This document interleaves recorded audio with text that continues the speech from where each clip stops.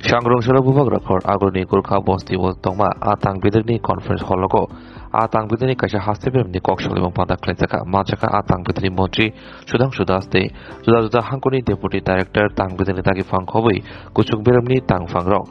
asalo 2023-2024 rangthong bisini bisingtui atang bidek busuk jaratei samong khlaika busuk jaratei samong buskango agokha banotei koksaka asuk semia जे बखाक सामung klai kaham buthai manlia aprontibo kok saleka abri logi 2024-2025 rangthong bisio oba haike samung klai nai mission mundo samung klai nai logibo kok sapkha asala kok tuma thuna rokbai sumung sungjak thani kok film murikha মন্ত্রী Sudhang Sudas bosaka taklai bisio Lok Sabha chongmani chongmani code of conduct eba kerongada khadak tomabai jamai sosti nodok sawai hapangni bukhakti arok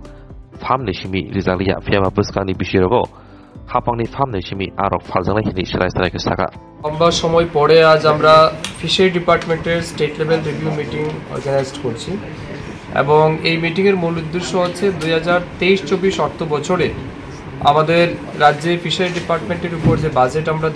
রেখেছিলাম সেই বাজেটের কতটা আমরা achieve করতে পেরেছি কি আমাদের সাকসেস স্টোরি রয়েছে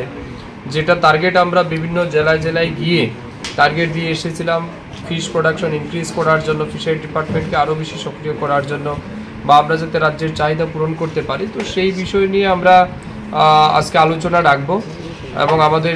প্রত্যেকটা জেলার ডেপুটি ডাইরেক্টররা রয়েছেন আমাদের ডাইরেক্টরেট যারা হাই অথরিটি রয়েছেন তারা আছেন এবং আমরা সবাই মিলে এই বিষয় নিয়ে আমরা আজকে আলোচনা করব আলোচনার মূল উদ্দেশ্য হচ্ছে কি আমরা অ্যাচিভ করেছি কি আমাদের সাকসেস স্টোরি রয়েছে কোথাও আমাদের ফেলিওর রয়েছে কিনা না ওই সমস্ত বিষয় নিয়ে আলোচনা করে এই বছর যেটা চলতি বছর আমাদের 24-25 যদিও আমরা লোকসভা নির্বাচনের কারণে বা এমসিসির কারণে আমাদের অনেকটাই ডিলে হয়েছে এই বছরটা শুরু করতে তবু আমরা মিশন মোডে কিভাবে পুরো বছরের টার্গেটটাকে আমরা অ্যাচিভ করতে পারি সেই বিষয় নিয়ে আজ আমরা আলোচনা রাখবো এবং টার্গেট ফিক্সড করে আগামী দিন রেসপেক্টিভ ডিস্ট্রিক্টকেও সেইভাবে টার্গেট ডিভাইড করে দেওয়া হবে চাহিদার তুলনায় বর্তমানে যোগান কিরকম রয়েছে এখনো আমরা চাহিদার তুলনায় এখনো আমরা পেছনে রয়েছি আমাদের আজও প্রায় 15-20 হাজার মেট্রিক টন মাছ আমরা বাইরে থেকে আমাদের আনতে হচ্ছে তো এটা আমাদের কাছে বিগ চ্যালেঞ্জ কিন্তু সাথে সাথে আমাদের সফলতা অনেকটা রয়েছে যেমন এই 23-24 অর্থ বছরে আমরা একটা বড় স্কিম স্যাংশন করেছি আপনাদেরকেও আমরা অবগত করেছিলাম আমাদের ঊনকোটি জেলার 17 মিয়া হাওর যেটা তো এটার কাজ রিসেন্টলি শুরু হবে এখান থেকেও আমরা একটা বড় কন্ট্রিবিউশন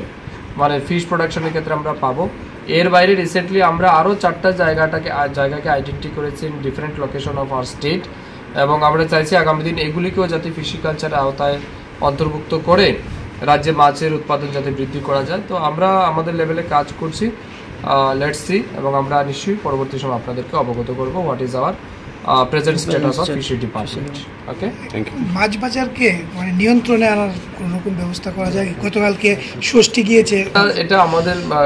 ফুললি আমাদের কন্ট্রোলে নয় এটা সিভিল অ্যাডমিনিস্ট্রেশন বিষয়টাকে দেখে কারণ অনেকে বাইরে থেকে ইনপুট করে কে কিভাবে মাল কিনছে কিভাবে তারা বিক্রি করবে ইটস কমপ্লিটলি ডিপেন্ড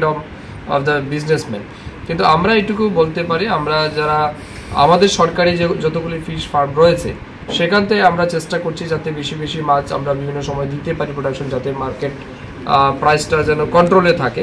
তো এই বছর বিভিন্ন কারণে বা ইলেকশনের বিভিন্ন সমস্যার কারণে আমরা সময় মতো করতে পারিনি আমাদের এই যে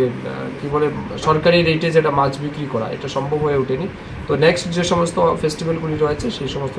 সময় আমরা আমাদের দপ্তরের পক্ষ থেকে মাছ আমরা বিক্রি করব